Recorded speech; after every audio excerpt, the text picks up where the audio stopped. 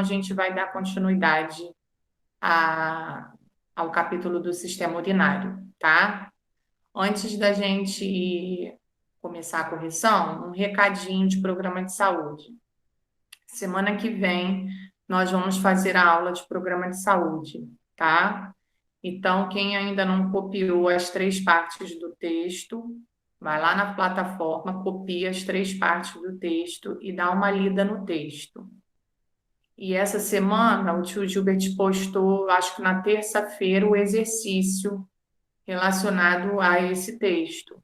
Então, copiem também no caderno esse exercício, respondam essas questões, são pouquinhas questões, e anotem as dúvidas de vocês, que aí na semana que vem a gente comenta o texto, vou explicar método por método, vou tirar as dúvidas e aí a gente corrige a atividade, tá? Então, quem ainda não colocou ainda em dia a matéria, tem aí até sexta-feira que vem para colocar a matéria em dia, tá bom? Aí, ciências, a gente só vai fazer na outra semana, tá? Semana que vem vai ser programa de saúde. Bom, então vamos lá, vamos começar a nossa correção. Página 238, módulo 2, página 238. Número 1. Encontre no diagrama abaixo as 8 palavras que completam corretamente os espaços das sentenças A e B. Bom, então nós temos que procurar, nesse caça-palavras, 8 palavras referentes ao sistema urinário ou excretor, tá? Então, depois que a gente achasse essas 8 palavras, a gente ia tentar encaixar essas palavras nessas duas frases que estão aí embaixo. Então, vamos lá. Na vertical, tá? Que é em pé, a gente tem as palavras eliminadas, urina, tóxicos e órgãos. São 4 palavras na vertical, em pé. Eliminadas, urina, tóxicos e órgãos. Aí as outras 4 estavam na horizontal. Excretas, que é deitada, linha deitada. Excretas, excesso, metabolismo e amônia. Essas eram as 8 palavras. 4 em pé e 4 deitadas, tá? Aí a gente tinha que completar aí nessa sentença. Na letra A, as excretas são resíduos. O que vocês colocaram? Tóxicos, muito bem. Produzidos pelo.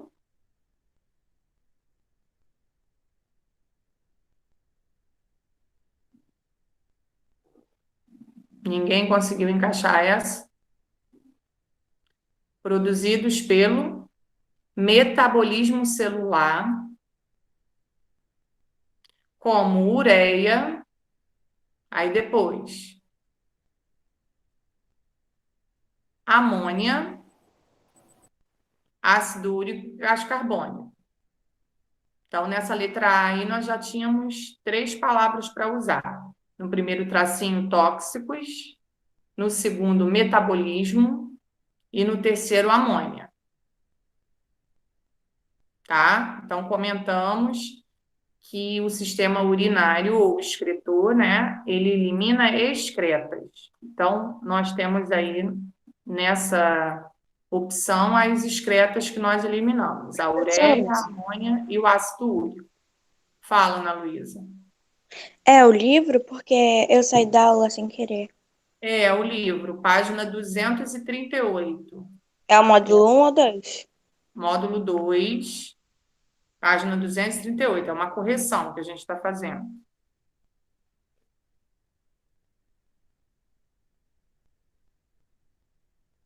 Aí na letra B, as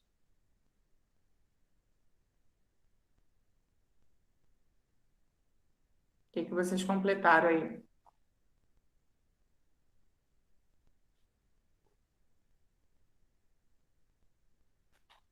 Não? Conseguiram fazer, não?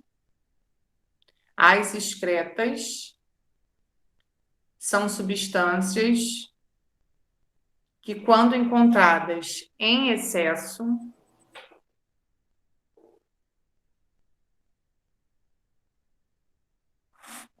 prejudicam o funcionamento de vários órgãos e tecidos.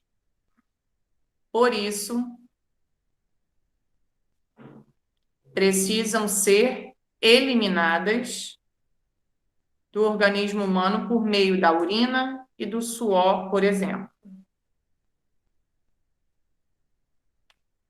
Vou repetir então, tá? No número 1, nós tínhamos 8 palavras para pesquisar no caça-palavras.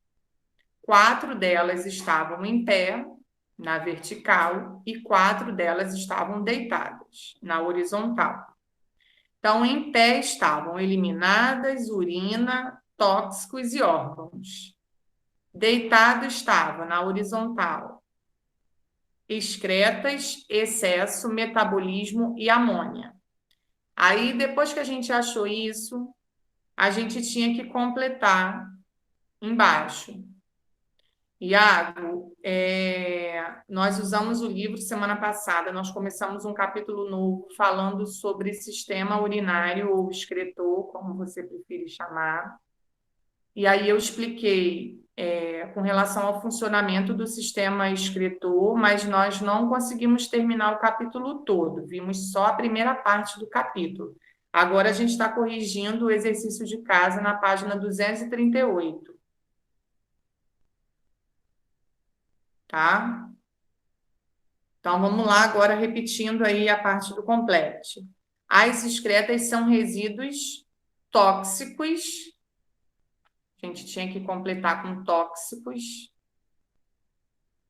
Produzidos pelo metabolismo, segundo tracinho, metabolismo celular, como ureia, amônia, segundo o terceiro tracinho, amônia, ácido úrico e gás carbônico. Então, na letra A, tóxico, metabolismo e amônia. Aí, na letra B, as excretas são substâncias que, quando encontradas em excesso, então, na primeira linha, excretas. Na segunda linha, excesso. Prejudicam o funcionamento de vários órgãos. Na terceira linha. E tecidos. Por isso, precisam ser eliminadas do organismo humano por meio da urina e do suor, por exemplo. Então, na letra B, nós temos que utilizar 5 palavras. Excretas, na primeira linha, excesso, na segunda linha, órgãos, na terceira linha, eliminadas, na quarta linha, e na última linha, urina. Todo mundo conseguiu corrigir?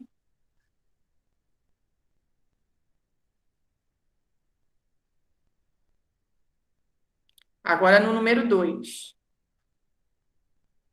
O sistema respiratório e a pele participam da excreção no organismo humano. Analise as sentenças abaixo com relação à participação do sistema respiratório e da pele no processo de excreção. Coloque V para as sentenças verdadeiras e F para as falsas. O sistema respiratório atua na excreção por meio da liberação de gás carbônico para o ambiente. Verdadeiro ou falso?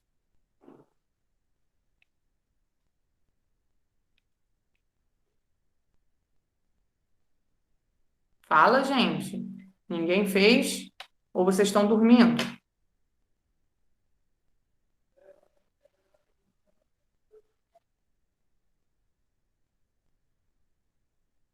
Qual é a resposta? A primeira questão, do número 2.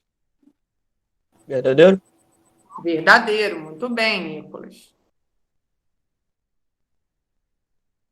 Então, a primeira, verdadeira. Aí a segunda.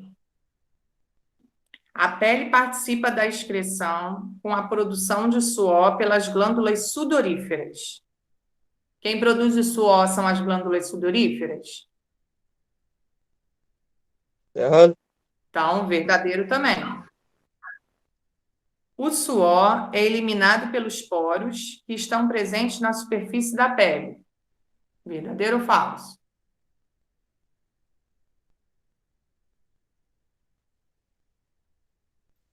Verdadeiro, prof. Verdadeiro também, muito bem. O gás carbônico é absorvido pelo corpo por meio da transpiração. A gente absorve gás carbônico ou a gente elimina o gás carbônico? Falso. Falso, né? Porque a gente elimina o gás carbônico, a gente não absorve, né? A gente absorve o oxigênio do ar e elimina o gás carbônico, tá? Então a última era a única que era falsa, o restante era tudo verdadeiro. A primeira, a segunda e a terceira eram verdadeiras e a última falsa. Aí na página 239, nós temos que fazer uma relação, temos que relacionar os órgãos com as suas funções, tá? O que eles fazem no corpo. Então, vamos lá. Quem armazena de forma temporária a urina produzida nos rins? Qual é o órgão que faz isso? Bexiga urinária. Muito bem. Letra C. Certo? Maria Eduarda botou isso também?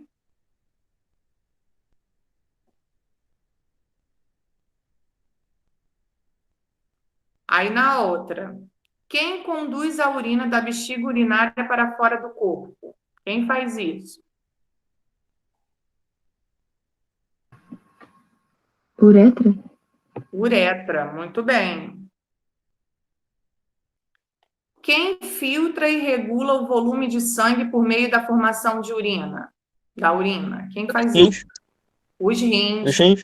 Muito bem. Isso aí. E quem transporta a urina produzida nos rins até a bexiga urinária? Uréteres. Uréteres. Muito bem. Então, a sequência do número 3 ficou C, D, A, B. C de casa, D de dado, A de Aline e B de bola. Tá? Agora, a 4 e a 5 eram duas questões de múltipla escolha, tá? Retiradas de vestibulares, tá? Um da FUVEST e o outro da PUC. Então, vamos lá. Olha só como que é importante as coisas que nós estamos estudando. Lá na frente, quando vocês estiverem fazendo o Enem ou então um vestibular específico de alguma universidade, né, que não tenha o Enem, como é a UERJ também, que tem um vestibular próprio, vocês vão precisar desses conteúdos. Então, número 4. Os rins artificiais são aparelhos utilizados por pacientes com distúrbios renais. A função desses aparelhos é... Qual é a opção que vocês marcaram aí para a função dos rins artificiais? Letra A. Letra A? Eu acho que é A. Não, não é a A. Quem chuta a outra? É a B? Também não.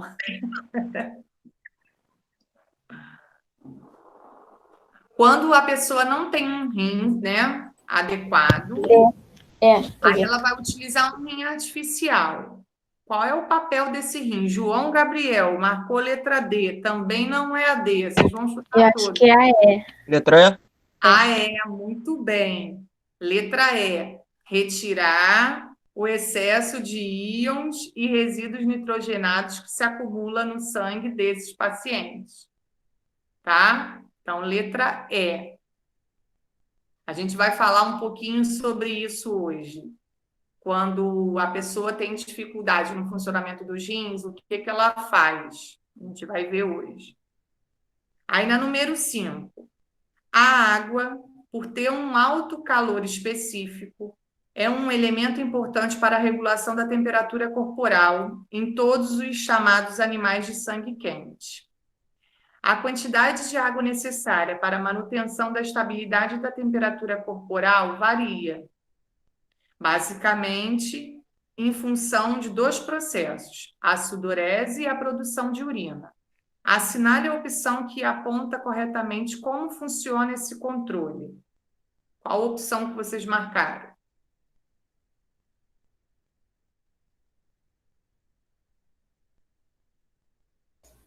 A. A? Não é a A.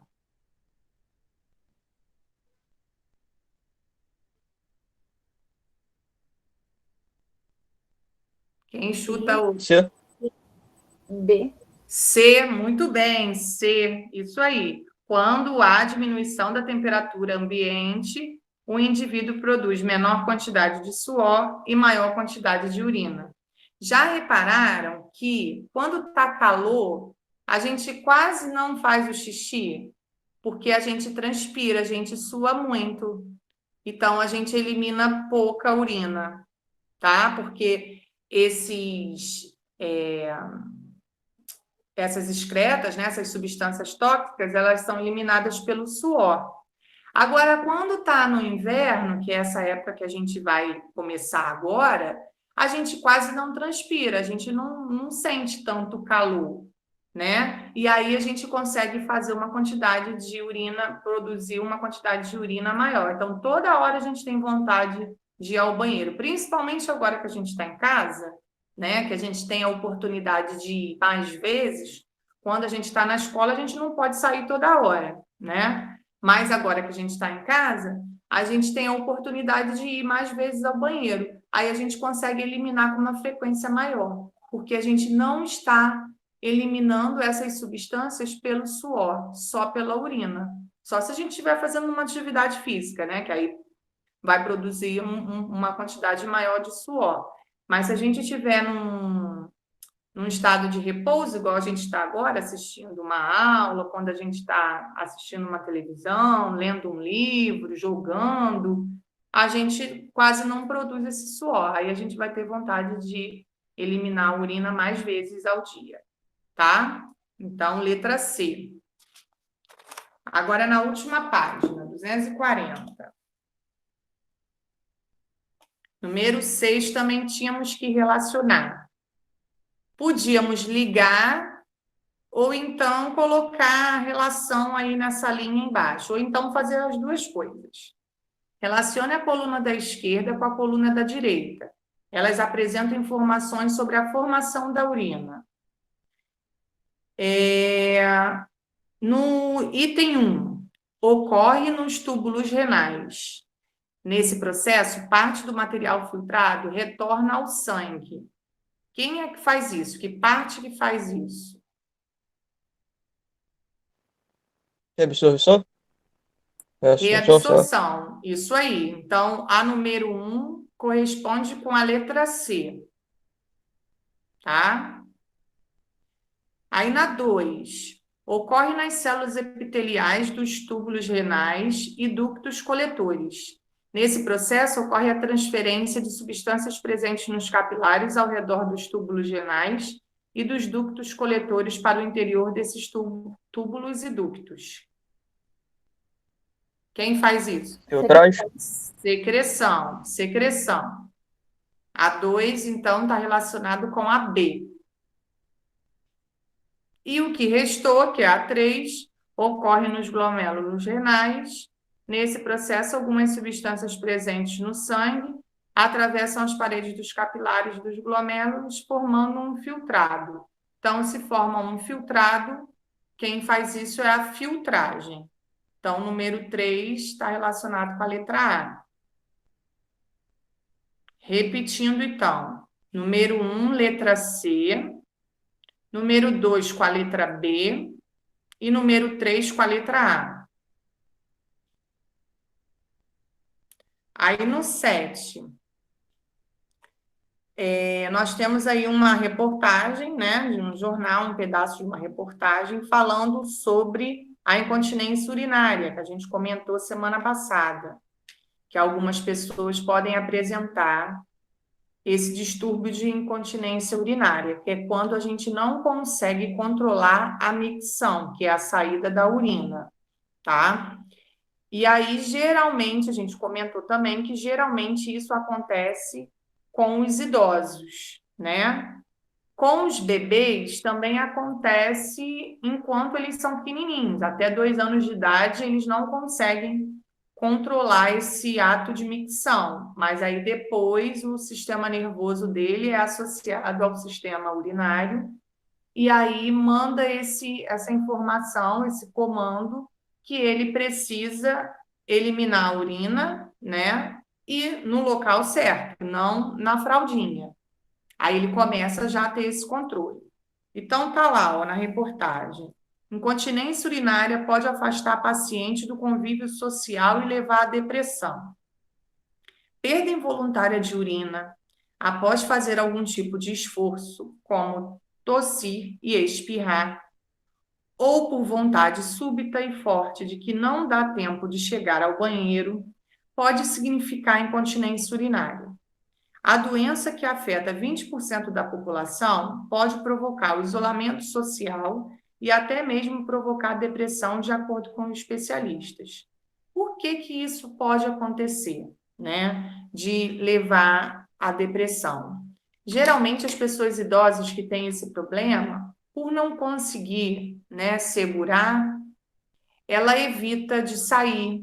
Ela já não quer sair tanto, porque ela sabe que se ela sair, ela não vai ter um local adequado, muitas das vezes, né, para ir ao banheiro, e aí ela já não consegue segurar, ela vai fazer o xixi nas calças, então ela já não consegue sair. E também, quando ela tem a vontade de tossir e de espirrar, ela também não consegue controlar. Porque eu falei para vocês que a bexiga ela é um órgão elástico, né? Ela consegue se dilatar e depois ela consegue retornar ao estado inicial. Quando a pessoa tem incontinência urinária, tanto a bexiga quanto os músculos presentes próximo à uretra, que a gente consegue contrair para prender a urina, já não é tão fácil assim de contrair. E aí a pessoa não consegue, a pessoa idosa não consegue contrair, e aí elimina também direto. Então, isso acaba afastando as pessoas idosas desse meio social que ela convive e até mesmo de sair de casa. Então, ela começa a apresentar um processo de depressão. Aí, na letra A, ele pergunta o seguinte, ó, de acordo com o trecho da reportagem, o que é incontinência urinária? O que vocês acham que significa isso? Incontinência urinária.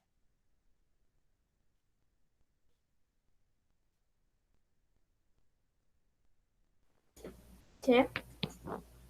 O que Não significa... conseguir controlar o bexiga? Repete, Não Nicolas. conseguir controlar o bexiga? Isso Não aí. conseguir controlar o bexiga? Isso aí. Isso aí. É a perda de controle da urina, tá? A pessoa que tem essa doença não consegue mais controlar a urina. Então, é a perda do controle da urina. Professora, Ou alguma coisa parecida com isso. Fala, Ana Luísa. Pedro fez uma pergunta. Ah, desculpa, não olhei. Não tem como estourar, não. Não tem como. Ela é um órgão, a bexiga urinária é um órgão elástico. Então, não é igual uma bexiga de aniversário, não, que se a gente encher demais, ela estoura. O que acontece se ela ficar cheia demais?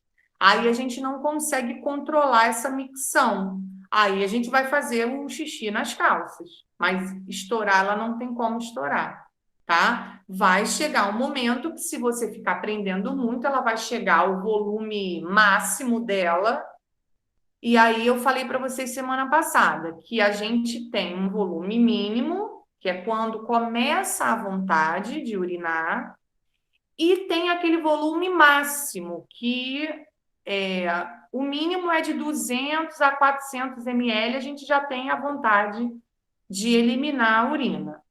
Mas aí a gente ainda consegue segurar um pouco. Quando ela dobra esse volume, quando ela pode chegar de 700 até 800 ml, aí a gente já não consegue mais controlar. Aí o que que ela faz? Ela não estoura. O que que acontece com ela? Como ela não consegue mais dilatar, ela vai e desprende tudo que está dentro dela, que é a urina. Aí a pessoa vai liberar a urina, tá? Então é isso que acontece. Então, na letra B, estava pedindo para a gente fazer uma pesquisa sobre as causas, o diagnóstico e o tratamento da incontinência urinária. Então, eu falei para vocês que isso era mais comum em pessoas idosas, né? Mas pode ocorrer também em outras idades.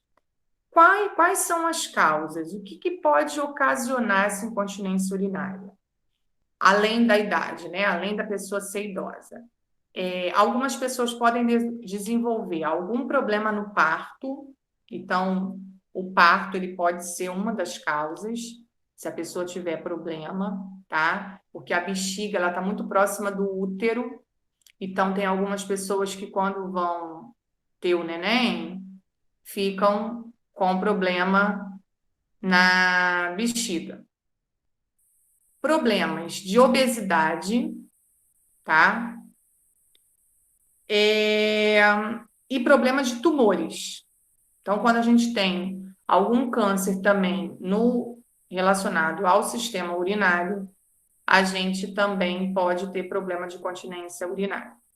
Então, isso são as causas. O diagnóstico. O diagnóstico só o médico tem como fazer. Como que ele vai fazer o diagnóstico? Como que ele vai saber se a pessoa tem incontinência urinária ou não, tá? Ele vai pedir alguns exames a essa pessoa e a pessoa vai realizar esses exames mediante esses exames, que podem ser exames de ultrassonografia, ele vai analisar a condição da bexiga da pessoa.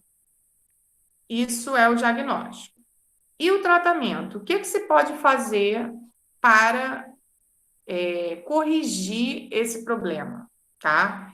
Existem cirurgias que vão dar novamente ao músculo da uretra a condição dele se contrair novamente. Então, o músculo da pessoa que tem incontinência urinária, ele fica um músculo frouxo. Se você faz uma cirurgia, ele consegue de novo esse músculo contrair para a gente conseguir prender essa urina, tá? Então, esse é o tipo de tratamento. Então, se vocês fizessem a pesquisa, vocês iam achar mais ou menos coisas relacionadas a isso que eu falei. Bom, aí terminamos a nossa correção e vamos continuar com a explicação do capítulo. O que que a gente vai ver hoje? Na semana passada, a gente viu os órgãos, né, que compõem o sistema urinário e vimos o que cada um faz, a função de cada um. Hoje nós vamos estudar quais são os problemas que podem ocorrer com o sistema urinário, tá? O livro ele relata 3 tipos de problemas bem comuns, tá? O primeiro deles é o mais comum de todos, que são os cálculos renais. Aí, antes da gente explicar esses cálculos renais, eu vou relembrar um pedido que eu fiz na semana passada, que tem a ver com a presença desses cálculos renais. Eu falei para vocês que nós temos que beber pelo menos 2 litros de água por dia, tá? Para que esse rim ele trabalhe bem, ele funcione bem, ele consiga filtrar bem esse sangue. Se a gente não bebe essa quantidade, a gente sobrecarrega essa filtragem de sangue que é feita pelo rim. E também a gente acumula sais minerais ali na urina e uma concentração muito grande de ácido úrico. Fala, Pedro.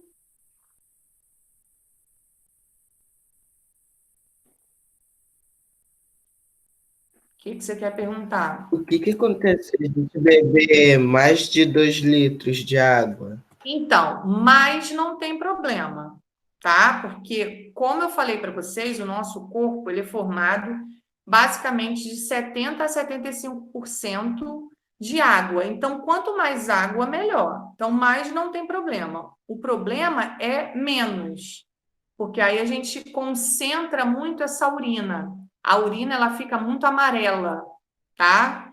E eu falei para vocês também que essa urina amarela a gente só pode ter naquela primeira da manhã. Quando a gente levanta, que a gente acorda, que dá logo vontade de ir ao banheiro, a primeira urina da manhã, que é aquela que a gente faz o exame de urina, né? É sempre a primeira da manhã, aquela pode sair bem amarela, um amarelo forte. As demais, o ideal é que saia transparente, ou o menos amarelo possível, bem clarinha. Se começar a sair bem amarelo forte, é um sinal de que você está bebendo pouca água e você precisa beber mais. Agora, se quando você vai ao banheiro, você vê que quase não fica amarelo no fundo do vaso, fica bem clarinho, é um sinal de que a quantidade de água que você está bebendo é uma quantidade suficiente, tá? E aí, quem bebe pouca água tem esse primeiro problema de cálculo renal. Por quê? Os sais minerais que a gente ingere, tanto na água quanto nos alimentos, junto com ácido úrico, eles se unem e aí formam igual um grãozinho. Esse grãozinho ele vai se unindo, vai se juntando e forma um cristal, que é o que a gente chama de cálculo renal. Então, na página 241, a gente tem uma fotografia de um raio-x de uma pessoa, né, que está com cálculo renal lá dentro do rim, ó, que, por sinal, já está um tamanho já bem grandezinho, não está pequeno, não. Esse cálculo renal, essa pedra que está dentro do rim dessa pessoa, já é uma pedrinha grande, tá? Como que a gente soluciona esse problema? Quando a pedrinha é bem pequenininha, o cálculo renal é a mesma coisa que pedra nos rins, tá? Quando essa pedrinha ela tá bem pequenininha ainda, a gente vai ao médico, né, detecta isso ou por uma ultrassonografia ou por um raio-x, igual esse aí. E aí o médico passa um medicamento para a gente, o medicamento vai dissolver, vai desfazer esse cristalzinho, porque ainda está muito pequenininho. Agora, quando ele já está num tamanho maior, que é igual esse da foto aí o medicamento já não consegue mais fazer efeito, tá? Aí só com cirurgia mesmo. Que hoje em dia, até a cirurgia ela é mais simples do que era antigamente, porque ela é feita a laser, tá? Então, é bem simples. Agora, o que acontece se a pessoa não tiver esse cálculo desse tamanho e não fizer a cirurgia? Esse cálculo renal, ele tende a começar a passear pelo rim, tá? A andar, se deslocar e querer se encaminhar para os uréteres. Ele caminhando pelos uréteres, ele vai parar lá na bexiga. Parando na bexiga, quando a gente elimina a urina, ele vai querer sair junto. E aí a pessoa tem uma dor insuportável, porque imagina uma pedrinha querer passar pelaquele tubinho que eu mostrei a vocês, que é a uretra, que é fininho. Ele vai tentar passar por ali. E aí, o que acontece? Além dessa dor tremenda que dá, que a pessoa não se aguenta, se joga até no chão de tanta dor, ele vai passar ali rasgando essa uretra e aí vai ocasionar um sangramento também, que é o caso mais grave. Quando chega no sangramento é porque o cálculo renal já está num estágio assim de muito grave, tem que operar urgentemente, tá? Então, Professor, fala, tem Nicolas. como morrer com isso? Isso daí mata? Então, pode sim, tá? Essas doenças renais, elas podem matar sim, tanto o cálculo renal, quanto o próximo que a gente vai ver agora, que é a infecção provocada, né, no sistema urinário, a infecção urinária pode matar também. Então, a gente tem que tomar muito cuidado. Primeiro cuidado, beber essa água em quantidade adequada, que é pelo menos 2 litros, tá? Segundo cuidado, toda vez que a gente sentir a vontade de ir ao banheiro, se a gente tiver a oportunidade de ir logo, o ideal é ir logo. Por quê? Porque se a gente guarda muito tempo a urina dentro da bexiga, ali também vão se proliferar bactérias ali. Então, também não é bom. Então, se a gente está em um local que tem algum banheiro, o ideal é ir logo. Você só vai prender, só vai guardar a urina ali. Se você estiver num local, está no meio da rua, não tem nenhum banheiro para ir, você vai prender até você achar um lugar para ir. Mas se você estiver num local que tenha um banheiro disponível, o ideal, sentiu a vontade, é liberar logo, para que essas toxinas elas não fiquem ali dentro da bexiga, tá? Então, a segunda Professor, doença fala. é verdade que existe um peixe que eu acho que é na água da Amazônia. Se eu, tipo, um cara entrar na água, o peixe entra no pênis dele e começa a devorar a uretra? Eu já ouvi falar isso. Já ouvi É, falar eu já isso. vi, eu tava vendo outro dia Grey Anatomy na Netflix, aí passou isso. Aí É, mostrou a tirando o peixe. já ouvi sim. Eu só não sei a espécie, mas eu já ouvi. É Já tipo ouvi uma sim. lombriga. Aí ela entra e É. começa a devorar dentro. Sim, eu já ouvi isso sim. Agora, Também tem, acho que esse também entra pelo ânus, que eu vi também.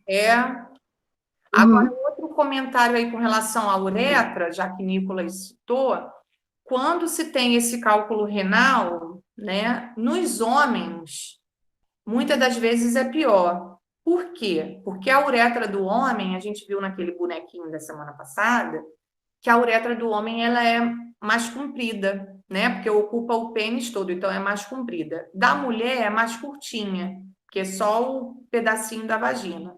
Então, quando o homem tem esses cálculos renais e esses cálculos eles se deslocam, aí o que que acontece? O homem sofre muito mais, porque se esse cálculo renal quiser passar pela uretra, a uretra dele é mais longa, então ele vai sentir uma dor muito maior.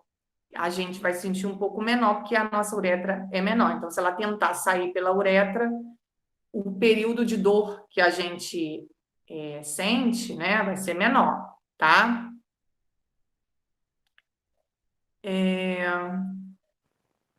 Professora, o nome do peixe é candiru. Candiru? Ah, Aham. É isso aí, ó. Iago, Isso mesmo, é isso mesmo. pergunta com relação à cor da urina, né? Aí eu falei para vocês que a urina ela só pode sair bem amarela na primeira do dia. Se o dia inteiro sair amarela, bem amarela, 2 sinais. O primeiro que você pode estar bebendo pouca água e o segundo que você pode estar levando muito tempo para ir ao banheiro, tá? Então, só tem esses dois motivos. Ou você está bebendo pouca água, ou você está deixando muito tempo a urina dentro da bexiga. Ela vai sair sempre amarela. O ideal é que ela não saia amarela, que ela saia bem clarinha ou quase transparente, certo? Só a primeira do dia, que é aquela que quando a gente vai fazer o exame de urina, levar a urina no laboratório, aquela que pode sair bem amarela, porque a gente passou a noite inteira dormindo, então a urina ficou acumulada ali na bexiga, aí ela sai bem amarela, tá? E por isso que o exame de sangue é feito com essa, porque se tiver algum problema, alguma infecção, nessa vai aparecer tudo, porque ela está concentrada. Ao longo do dia, não é recomendável a gente liberar essa urina concentrada. A gente tem que liberar a mais diluída possível. E para ela estar diluída, a gente tem que beber bastante água. Ok? Todo mundo entendeu isso? Então, quem bebia pouca água a partir de hoje vai beber mais água, tá, Iago? Você bebe bastante, que eu vejo você com a garrafinha na sala. Mas tem gente que eu quase não vejo bebendo água. E aí tem que passar a beber um pouquinho mais de água, tá? Adotar uma garrafinha como filha e em tudo quanto é lugar levar a garrafinha junto, tá? Que aí a gente não vai ter. Meu pai quase não bebe água. Eu vou botar uma meta lá na garrafa para ele poder beber. Tem que beber, tá? Porque senão Eu sobrecarrega bebo bastante. muito o rim. E aí ele trabalha Uhum. demais. Vai chegar uma hora que vai dar problema, tá bom? Aí Eu tô até bebendo agora. Oi, pode falar.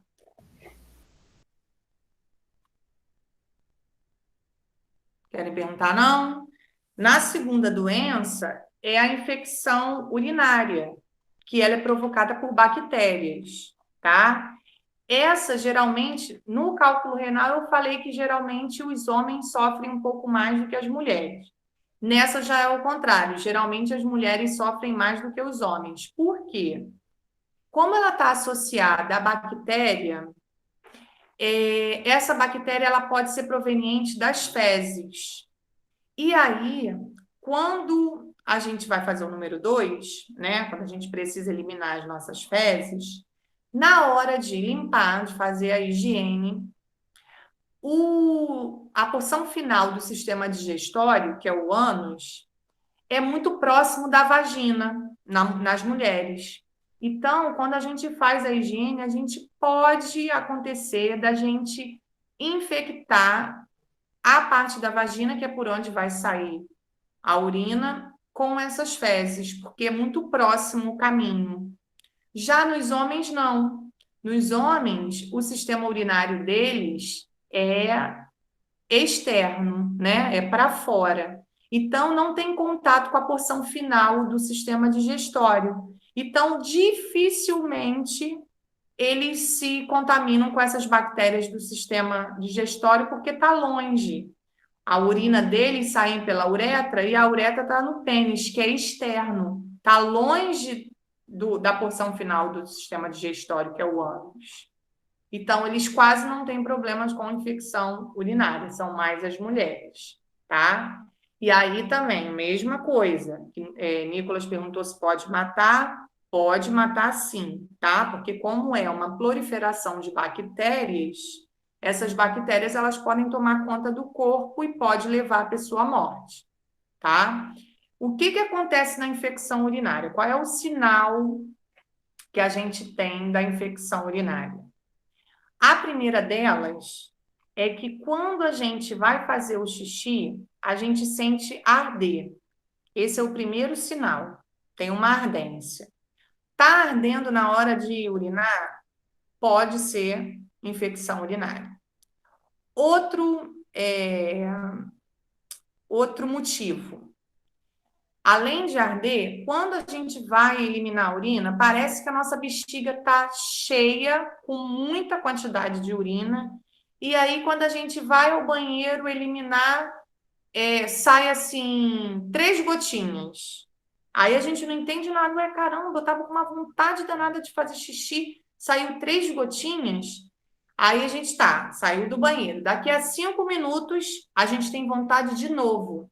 Aí acha que vai fazer um caminhão pipa de urina, sai mais 3 pinguinhos. Então, esse também é um sinal, tá? Então, o primeiro sinal é a ardência, o segundo sinal é essa eliminação. A gente quer ir ao banheiro toda hora, pensa que tem uma quantidade grande, mas quando a gente vai ver, é só pinguinho. E o terceiro sinal, que é o mais grave, é a presença de sangue também na urina, que pode também sangrar quando a pessoa está com infecção, tá? Como que a gente vai saber isso? Tendo esses sintomas de que está ardendo e que está saindo pouca quantidade, a gente vai procurar o médico. Aí o médico vai falar assim, ó, vamos fazer um exame de urina. Aí ele colhe a urina. Aí o exame de urina fica pronto rapidinho, que é bem fácil de fazer. Aí a gente espera um pouquinho na emergência, logo o exame fica pronto. Aí ali naquele exame, ele vai procurar futuras bactérias ali presentes naquela urina. Se eles acharem a bactéria, é porque você está com a infecção urinária. Ele vai passar um remédio e você vai tomar, e aí esses sintomas vão sumir, vão melhorando aos pouquinhos, tá? Mas também é muito perigoso, tá bom? Essa é a segunda doença que o livro fala. Na página 242, tem duas fotos. A primeira foto é relacionada lá ao cálculo renal, que é essa máquina que faz ela dispara umas ondas sonoras que tentam quebrar aquele cálculo renal, tá? Então, se o cálculo renal já estava num tamanho grande, o paciente ele deita aí nessa maca, aí essa máquina é acionada, libera ali ondas sonoras para tentar destruir esse cálculo renal, tentar quebrar ele. E na outra figura, da 242, é relacionada à infecção urinária. Eles pegaram uma placa, o nome dessa plaquinha é placa de Petri, é uma placa utilizada em laboratório. Aí pegaram a urina com essa bactéria e fizeram uma cultura. E aí todos esses pontinhos aí, rosinha, são as bactérias que estavam presentes na urina. Eles podem fazer assim também. Ou analisa direto a urina, ou então faz assim, uma cultura de bactérias, tá?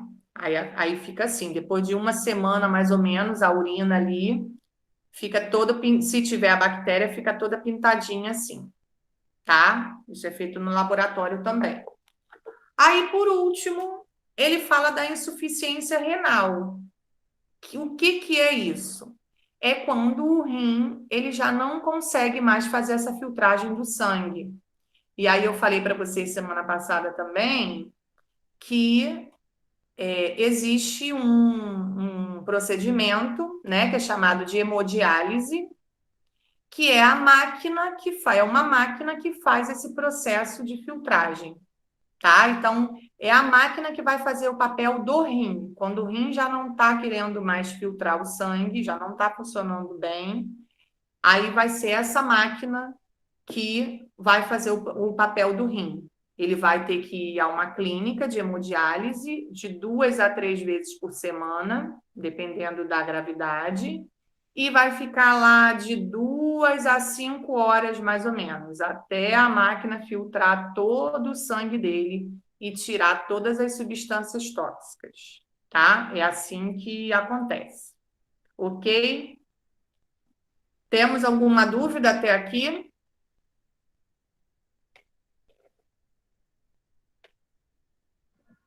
Não? A máquina de ondas sonoras, quando elas quebram os cálculos renais, a pessoa sente alguma coisa?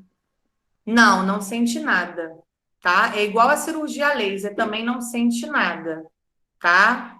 Hoje em dia, esses processos, eles são bem, assim, modernos, né? A tecnologia está avançando de uma maneira que todos os procedimentos, eles são procedimentos que vão sempre favorecer ao ser humano. Então, não sente nada, não. Aí, depois que ele conseguiu quebrar, o paciente vai fazer um novo exame, geralmente é uma ultrassonografia, aí faz uma ultrassonografia para ver o resultado, o que aconteceu.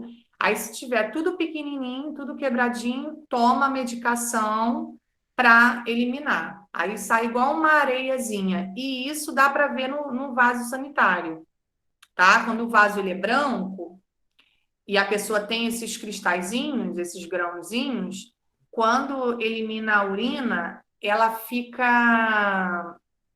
Nos homens é mais fácil de ver porque eles fazem o xixi em pé, né? Eles eliminam a urina em pé. Então fica brilhoso, dá para ver uns brilhozinhos na água. aí é sinal de que tem esses sais na urina, tá? Já nas mulheres, a gente já tem um pouquinho mais de dificuldade de ver, porque a gente fica sentado, aí já não consegue ver tanto. Aí sai esses grãos, igual um grãozinho mesmo, igual uma purpurina, fica assim do tamanho da purpurina, igual uns sais. Aí dá para ver na água, tá? Como se fosse uma areiazinha. Aí é o resultado desse tratamento. Ok? Mais alguma pergunta? Professora, posso fazer uma pergunta? Pode. Eu não sei se a gente vai estudar sobre isso no terceiro bimestre, mas tem uma doença que eu queria saber. Como que se pega sífilis? Ah, vamos estudar sim. Só que nós vamos ver em programa de saúde, tá? Existem algumas doenças que são passadas, né, pela relação sexual. Então, quando a gente estiver no sistema reprodutor, nós vamos estudar os órgãos do sistema reprodutor e em programa de saúde nós vamos estudar as doenças relacionadas ao sistema reprodutor, que são doenças que, infelizmente, são passadas pela relação sexual. Por isso que a Mas tem gente... como pegar sem ter feito relação sexual com uma pessoa? Não, Tem não, como? não. Na semana que vem, a gente vai ter aula de programa de saúde que a gente vai falar sobre alguns métodos de anticoncepção. E aí, nesses métodos, tem um que serve para sífilis também, que é o preservativo. Ele, se você usar na relação e a pessoa tiver, você não pega, porque além do preservativo servir, né, para evitar a gravidez, também serve para evitar todas essas doenças sexualmente transmissíveis. A gente vai estudar isso mais para frente um pouquinho, tá? Aí, quando eu tiver nesse assunto, você entra mais em detalhe e me pergunta as suas dúvidas, ok? Mas todas essas doenças são doenças sexualmente transmissíveis. Aí, se você tiver uma relação sexual sem o preservativo, você vai pegar, tá? Bom, para casa, vocês vão fazer o seguinte: página 246, 247, 248 e 249. Tá? 246 até a 249. Só que não é para a semana que vem, porque semana que vem a gente vai ver programa de saúde, é só para outra semana, tá? Então, 246, vou colocar aqui no chat.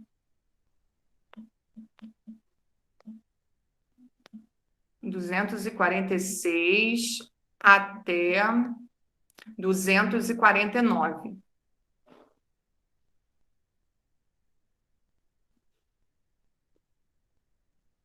Ok? Agora eu vou conferir a presença de vocês. Tem algumas pessoas que eu não consegui marcar, que o professor de geografia já deve estar chegando.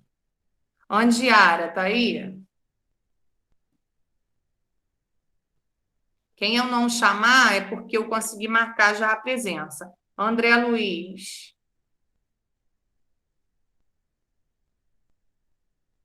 Caio Pimenta.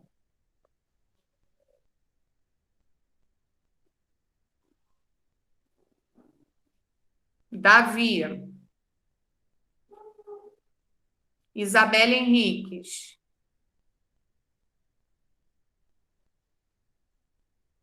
João Vitor Coelho.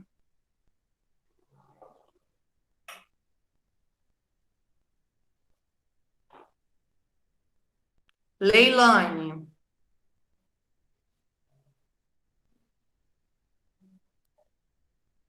Lohan.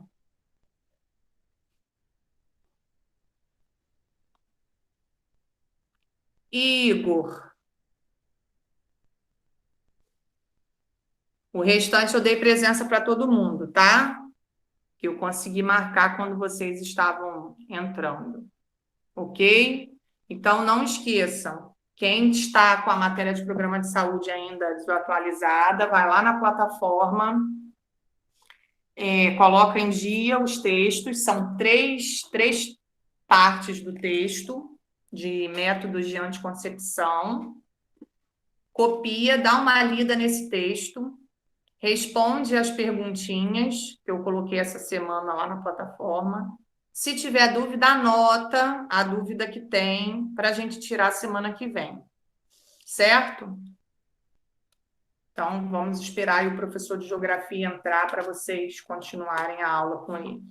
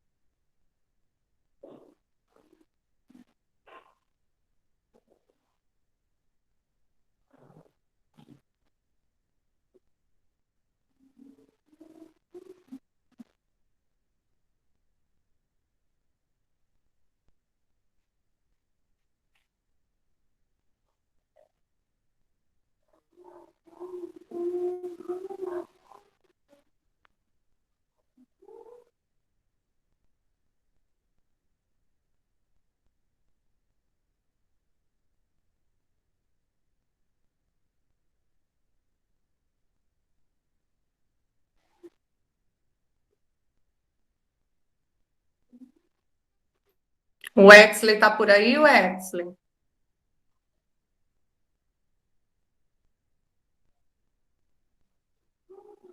Cheguei, Aline, tô aqui, tô aqui. Tá Tô aqui. bom, tá bom. Fica com eles aí, então.